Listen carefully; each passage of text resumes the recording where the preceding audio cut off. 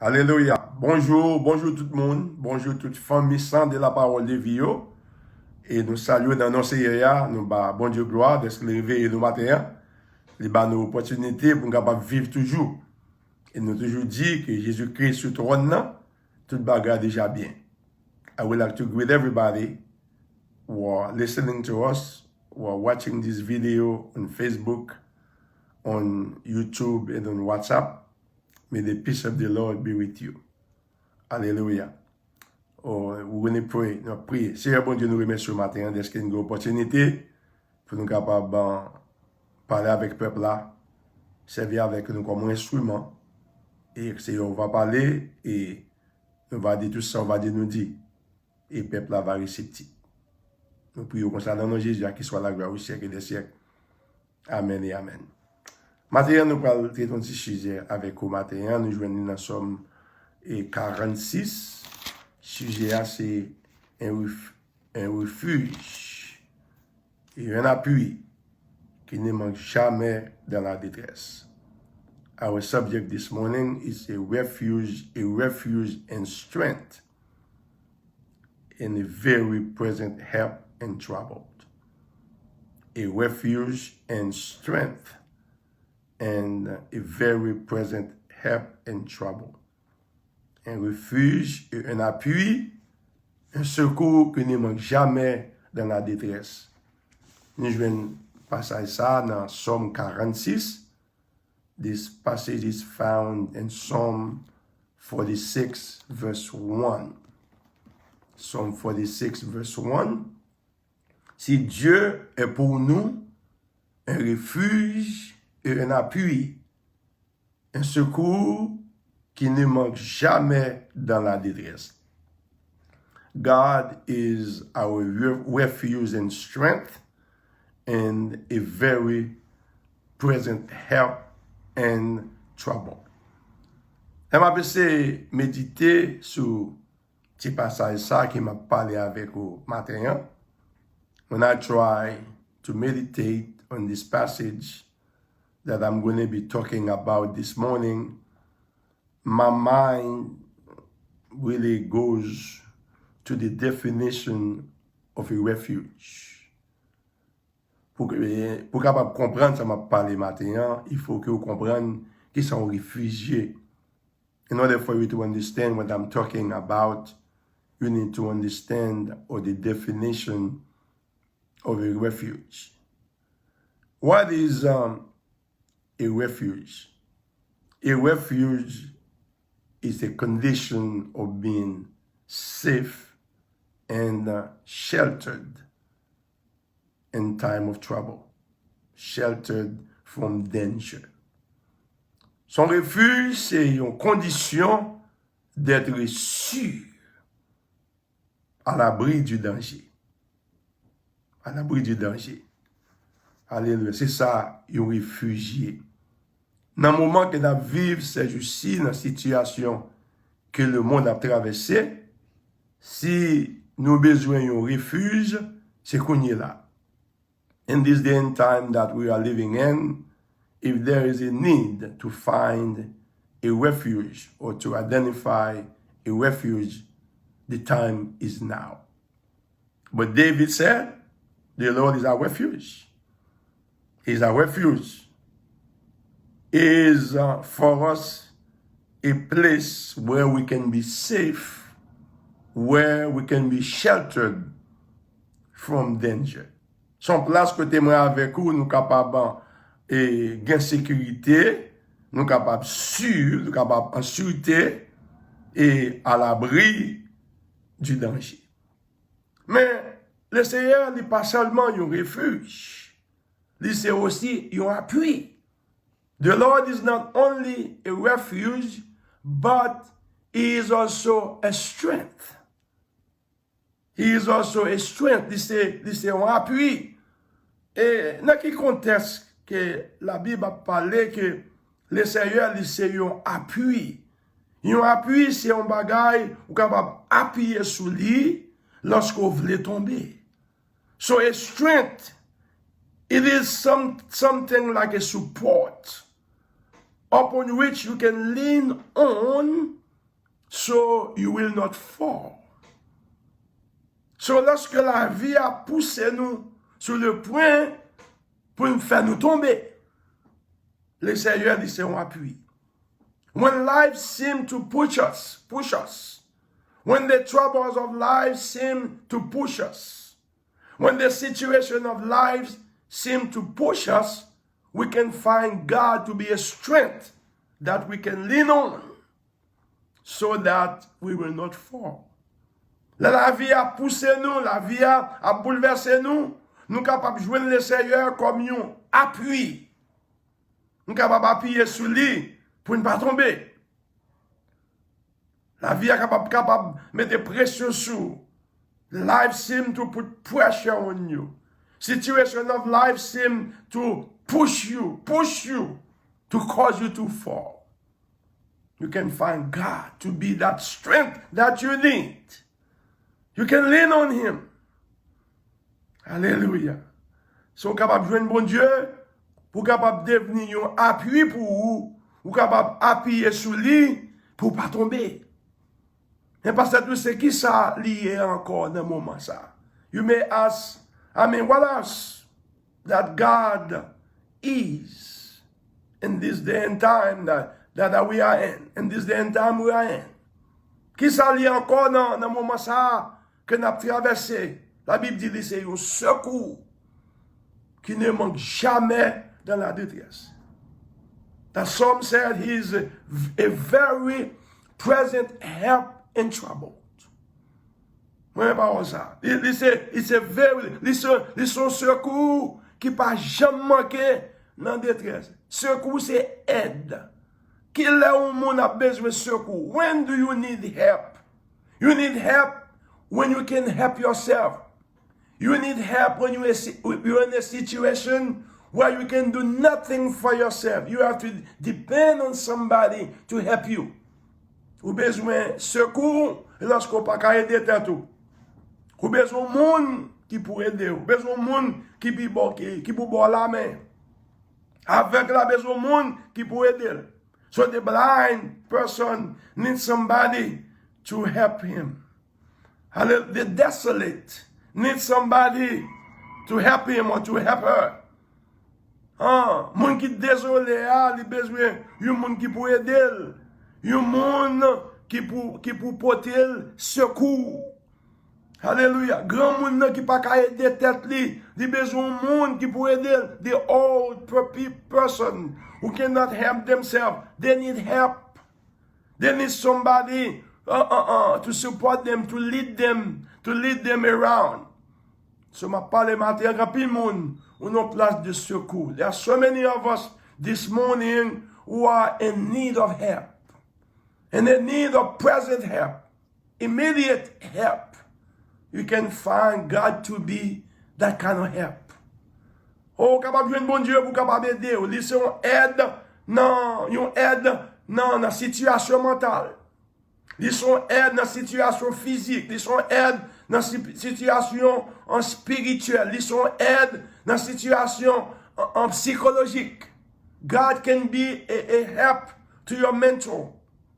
God can be a help to your physical situation. He can be a help to your spiritual situation. He can be a help to your spiritual situation.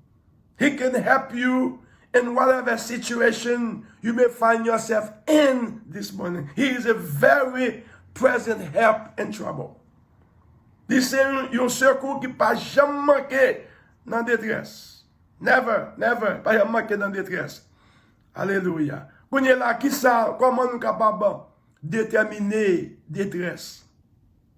Comment nous sommes capables de traduire le mot détresse? Je pense avec le mot détresse, je pense avec problème, je pense avec calamité, je pense avec tête chargée, je pense avec maladie incurable, je pense avec abandonnement, je pense avec rejet ou réjection. Je pense avec la mort, on prend dans la famille. Alléluia. C'est ça, je pense avec détresse. When I think about trouble, I'm thinking about problem. I'm thinking about calamity. I'm talking about headache. I'm talking about an incurable disease. I'm talking about abandonment. I'm talking about rejection. I'm talking about the death of a loved one.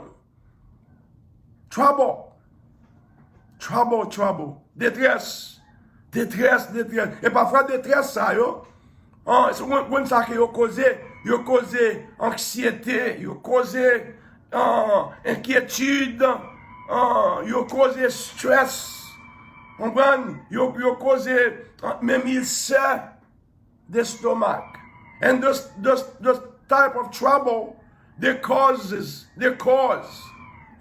sometimes anxiety, they cause worries, they cause stress, they even cause ulcer. Trouble. Alléluia. Le Seigneur dit nous matin, bon Dieu c'est un refuge. Bon Dieu c'est un appui. Ils sont secours qui ne pas jamais manquer dans la détresse. So our text is telling us this morning that our God is a refuge. Our God is our strength. And our God is a very present help in time of trouble. Bon, qui ça pour faire dans moment tracas, dans moment problème yo, dans moment situation? What must I do? You may ask. What must I do in this time of trial and tribulation, in this time of headache, in this time of difficulties, in this time of trouble? What can I do? Qu'est-ce que ça me doit faire? Dans Philippiens chapitre 4, verset 6-7, Philippians 6, Philippians 4, verse 6 and 7, il dit, ne vous inquiétez de rien. Alléluia. Inquiétez-vous en toutes choses, par des prières et des supplications, faites connaître vos besoins à Dieu avec des actions de grâce. Alléluia. Et la paix de Jésus-Christ qui surpasse toute intelligence gardera vos cœurs et vos pensées. Philippians 4, 6 and 7 said, do not be anxious for nothing, but in everything, by prayer and supplication, let your requests be made known unto God with thanksgiving, and the peace of God, which passes all understanding, will keep your heart and mind in Christ Jesus. Savez, là, par contre, qu'est-ce que ça pour faire? Allez, je dis, le Seigneur dit, ne vous inquiétez de rien. Ne vous inquiétez de rien. Alléluia. Fais bon Dieu connaître le problème. Dans la prière et dans la supplication. When you don't know what to do in time of trouble, let the Lord know all your problem, all your situation. Hallelujah. Through prayer and supplication. With thanksgiving. Fais bon Dieu connaître le problème. Il dit non, tout bagaille. Tout bagaille. And the remarkable word or phrase in that verse is in everything. Tout bagay. And tout bagay veut dire tout bagay. Everything means everything. Everything you may be facing. Hallelujah. Let the Lord knows. Hallelujah. Let him knows what you're going through. Through prayer and supplication with thanksgiving. Et ça dit, after you have done that, we need to let the peace of God which passes all understanding, that people cannot understand. It is beyond our comprehension, beyond our understanding.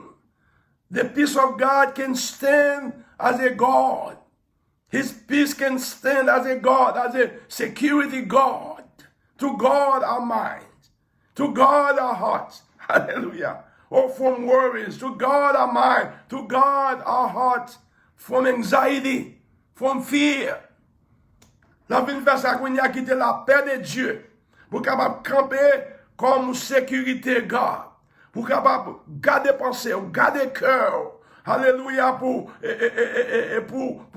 anxiété et pour inquiétude. Et pour la peur, pas entrer là-dedans. Alléluia. Merci Seigneur. Ça veut dire, on ne pas inquiéter nous. I was doing some research about a song that came to my mind. M'dapè se fè une recherche de un chant qui vient dans pensée hier soir. Chant ça m'kwa se, cher Seigneur, kembe même, aide-moi rete ferme. Il vient dans pensée. I was doing a research about this song. Oh, precious Lord, take my hand. Lead me on. Let me stand. And finally, the Lord led me to do some research about who wrote this song. Laissez-moi te diriger pour me faire une recherche de qui monde qui t'a écrit ça. So, la mal chercher monde qui écrit ça, et monsieur Thomas Andrew Dorsey. Thomas Andrew Dorsey. Non, monsieur Thomas Andrew André Dorsey. Thomas André Dorsey. Thomas Andrew Dorsey. Et m'a pensé, dans quelles circonstances, dans quelles conditions que monsieur était écrit ça. I was trying to find out under what circumstance that he was able to inspire with this song. Ça m'apprend que monsieur marié, il est marié. Bon, après un bon petit temps, il n'a pas qu'à faire petite. Finalement, madame n'est pas enceinte. Après ça, finalement, madame n'est pas enceinte après 9 mois. Madame n'a rien pour l'accoucher. Bon, l'accouchement, il petit madame. So, he got married, and for a while, they could not have children. Finally, his wife became pregnant. So, while she was delivering the baby, she died. She died. Then 2 days later, the baby died. 2 jours après, puis c'est la mourir. Là, c'est tellement dit pour monsieur, il pas capoter Fadora. Après ça, monsieur était sur le point pour commettre suicide. The situation was so hard for him. He felt like it was too hard for him to bear. He could not bear it alone, so he attempted to commit suicide. There are so many people who are listening to me today. Hallelujah. The thing that you're going through, yes, there are some thoughts that is going through your mind. So you can take out your life, so you can commit suicide. Stop it. Don't do it. The Lord can be your refuge. He can be your strength in this time of trouble. Quelqu'un qui m'a parlé avec des cognés là, peut-être cap sur le point pour capable commettre suicide, pour tirer tête tout. Pas faire ça. Stop it. Le Seigneur, il est capable, yon amis, il est capable, yon appui, il est capable, yon force pour même, il est capable, un refuge pour dans sa qu'on va traverser. So, do you know what happened? La monsieur a passé tuer tête. Do you know what took place when he was trying to commit suicide? Right in the midst of that trouble, right in the midst of that situation, the Lord inspired him to write this song. So then all he could say, Lord, precious Lord, hold my hand, take my hand, lead me on and let me stand. It was too much for him. Only dit, Seigneur, qui même, aidez-moi rester ferme. Au moins bouquet, fatigué tellement. Comme bon monde s'écrit ça, ou crier matin. Vous dites, Seigneur, qui même. Oh, moi bouquet, fatigué tellement. C'est écrit où ça? Somebody right now, you feel you are in this point. You are in that situation. You say, Lord, precious Lord, take my hand and lead me on. Let me stand. Est-ce qu'il y a des bagailles? Il y a écrit chant ça. C'est chant ça. Alléluia. Oh, il devient un chant si populaire. Chant devient un chant si populaire qui est dans pile monde, dans le monde entier. Et chant ça a aidé monsieur pour capable vraiment créer carrière dans la musique. Laissez-y des bagailles. He took a situation that was desperate. A bad situation for Thomas Andrew Dorsey. He inspired him with a song. Not only that song blessed him, but that song blessed so many people. Then God used that song to make him famous in music. Ça veut dire, soit traverser là, bon Dieu capable de prendre. Alléluia. Il est capable de virer, il est capable d'ennemi, utiliser lui en mal, et c'est capable de servir avec lui pour virer en bien. Oh yes. Oh, the Lord can take what is happening to you right now. The Lord can turn it around for your good. Il est capable de virer en bien pour nous. Oh, hallelujah. C'est un refuge. C'est un appui.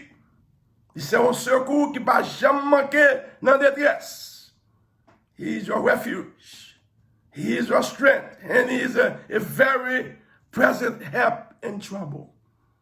Je penser avec Somme 27, qui est le dernier verset, presque le dernier verset, dans Somme 27 là. Et il encourageait comme moi. I was looking at Psalm 27. I really believe the 13 and the 14th verse where David was expressing his confidence, his faith in the Lord. Quand David a exprimé la foi, confiance dans mon Dieu, de ça que il a traversé. Comprendre? Mais ça David dit dans Psalm 27. Psalm 27, verset 13 à 14. Mais ça David dit, il dit, oh, si je n'étais pas sûr de voir la bonté de l'Éternel sur la terre des vivants. Hein, on prend exclamation, après ça, 3 points suspension. Quand pile bagaille qu'elle t'a dit. Comprendre? Après ça, il dit, verset 14, espère en l'Éternel, fortifie-toi, et que ton cœur s'affermisse, espère en l'Éternel. Anglais, les pi bon, anglais, les pi clair pour moi-même. The English version is a little bit clearer for me. Psalm 27, verse 13 and 14. This is what David said. I had fainted. In other words, I would have fainted unless I had believed this to see the goodness of the Lord in the land of the living. Said, wait on the Lord. Be of good courage. He shall strengthen thine heart. Wait, I say, on the Lord.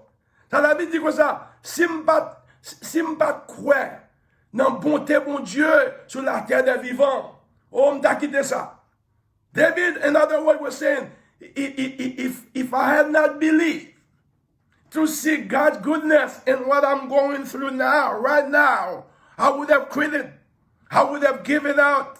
I would have put an end to my life. That's what David is saying. Because I have believed to see God intervening for me. Because I have strong belief that God is not going to let me, hallelujah, go through this by myself. God is not going to abandon me. Because I believe that, then I'm going to hold on. Hallelujah. Oh, à cause de quoi que mon Dieu pas quitter dans sa mière. À cause de quoi que mon Dieu pas abandonner dans sa mière. Oh, même décider pour me capable continuer camper sous parole. Quoi dans bonté. Alléluia. Après ça, il dit comme ça, et continuez, espérez dans l'Éternel, espère en l'Éternel. Et fortifie-toi, et prends courage, Alléluia. Et que cœur capable de fort, capable ferme, moi dis espérer en l'Éternel. Moi dis parler avec au monde là matin. God is talking to somebody this morning who is desperate, who do not know what to do. You may be in the same situation that Thomas Andrew Dorsey had found himself in. But I got good news for you. The Lord is your refuge. The Lord is your strength. The Lord is a very present help in trouble. C'est une situation que Thomas André Dorset a traversé. Le jour matin, le Seigneur, c'est un refuge pour vous. C'est un appui. Et c'est son secours qui ne pas jamais manquer dans la détresse. On nous prie le Seigneur. C'est un bon Dieu matin, nous remercions. Est-ce que c'est un refuge, son appui, son secours qui ne pas jamais manquer dans la détresse. I thank you, Lord, this morning because you are our refuge. You are our strength and you are our very present help in trouble. Seigneur, nous remercions ce matin d'être capable d'appuyer sur nous-mêmes. Qu'on y a même. Lord, I thank you that we can lean on you right now. You will not let us fall. Ou pas quitter nous tomber. Lord, strengthen our heart. Et affermis cœur nous, Seigneur. Oh, aidez-nous à fixer les yeux sur Jésus. Help us to fix our eyes on Jesus. Hallelujah. Help us, Lord. Help us. Hallelujah. Because you are a faithful God. Parce que son mon Dieu qui est fidèle. Aidez-nous, Seigneur, à camper ferme sous promesse power. Help us to stand strong in the promise of your word. That said, you will never leave us, never forsake us. Oui, Dieu, pas bien laisser nous, ni abandonner nous. Seigneur, bon, aidez-nous, ne pas inquiéter. Help us not to worry. Help us not to be anxious. Help us, Father, to stand on your word. Aidez-nous à camper sous parole. Et comme ça, mon Dieu, nous va établir, so we can be settled. We give you a name praise. Nous allons gloire. Au nom de Jésus-Christ, à qui soit la gloire au siècle et des siècles. In Jesus' name, amen and amen. Hallelujah.